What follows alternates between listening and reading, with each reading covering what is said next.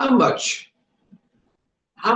we are our real essence, our real self. I think this is a critical question, so important that after asking this and thinking about it, we may find that we are not ourselves and we change our way of life. This is because we assume what we do is ours, and they are not.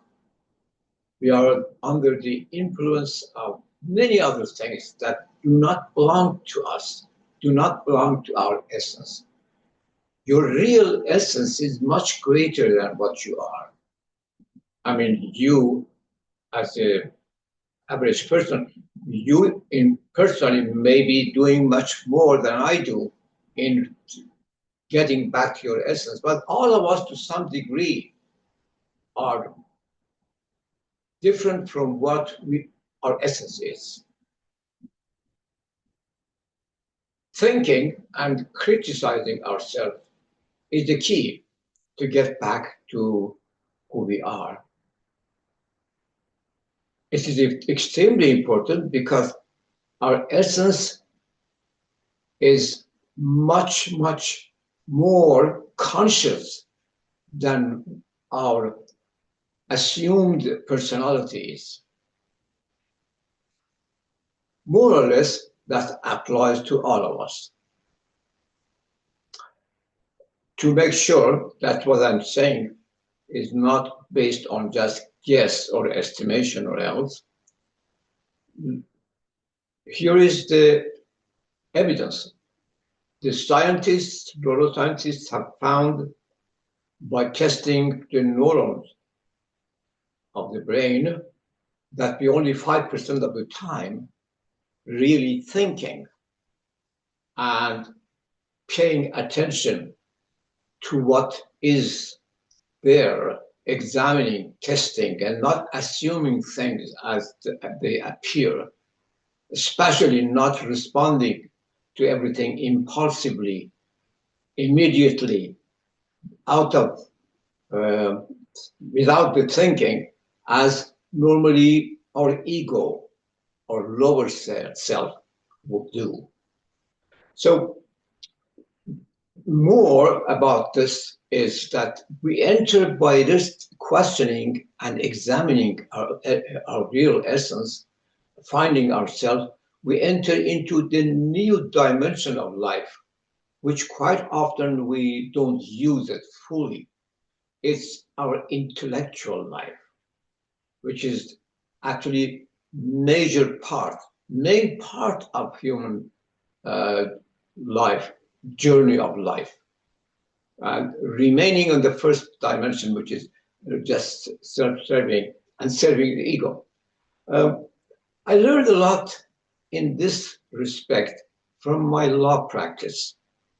As the profession requires, you as a lawyer will meet and interview and talk to people who have problems with other people. In other words, they come to you to show that what happened to them and that they were right and they should be protected and similar things. But the interesting thing is that when you listen first to people coming to you, you find that they are absolutely 100% angel, pure, innocent, very much careful in their life, very much conscious of everything else. That picture comes by their talk. But sometimes when I ask them, okay, when I see that the whole story doesn't add up to a fact, is something that you can feel is true, it doesn't add up.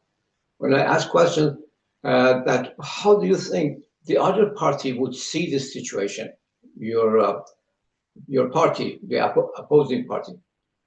But then at that time, they start talking more carefully. And even sometimes they retract what they have said. And then at that moment, they will become more themselves than their ego. So let us talk about that. Why is that most of us are not ourselves? It's a huge difference. When we are not ourselves, we are not really using our potential, which is our thinking, our mind. And we remain all the time in just a life for survival, which is the life of all other species. And all those things related to the survival, that going for more, overworking to save more, and to, just extensively use this sense of ego, and that deprives us from the second dimension of life. When the glory is there, when the pride is there, when the self-fulfillment is there, that you feel deep inside you that you're doing great things, accomplishing things not for yourself only, but for others. Now, the interesting thing here is that for becoming ourselves, we have to be aware of this law of nature.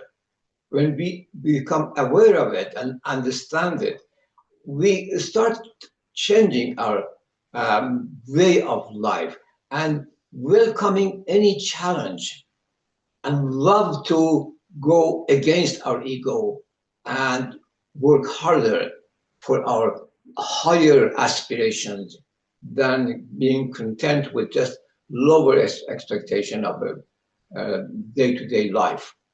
So we come to the principle or the holy law of nature, the challenge. Challenge is life.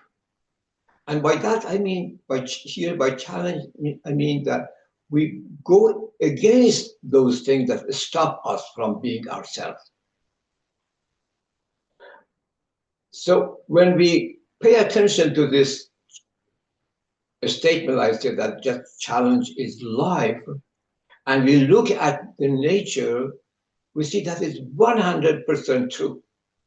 And we also will come to this, we can infer, we can reach to this conclusion that it is the will of the universe, and you can call it God, saying that there should be challenge and then there should be life, not just to something fall in your lap and you get everything fixed and done.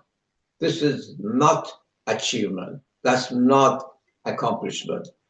There's no value in certain accomplishment or achievement that was received or was met without any challenge and without any effort. Look at the evolution, biological evolution. Throughout this period, for millions of years, there were two forces against each other's motive of life and death. And there was a challenge.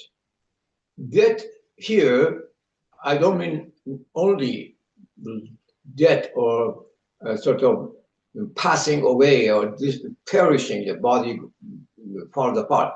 I'm referring to a much more encompassing and generalizing law of entropy.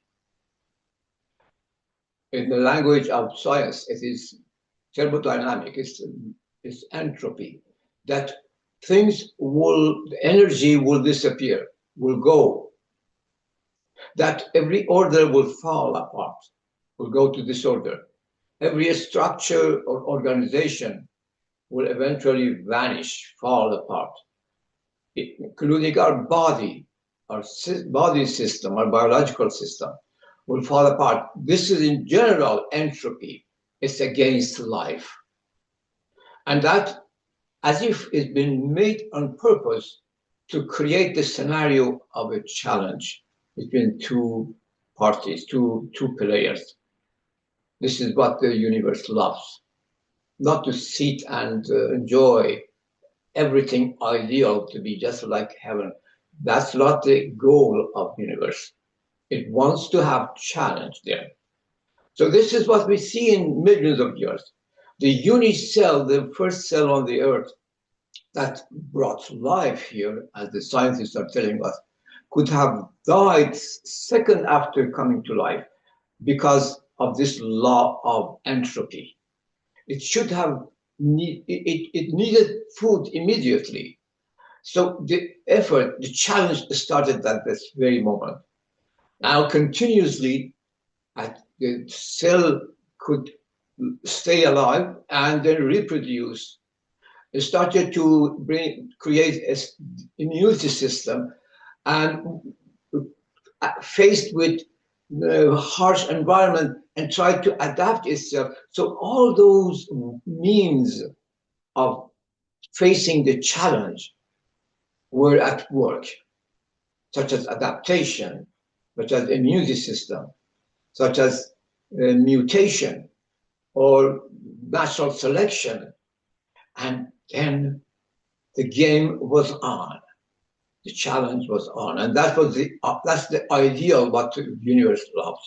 The same in our life when it comes to when humans' life, which is not only fighting against death, but also against ego.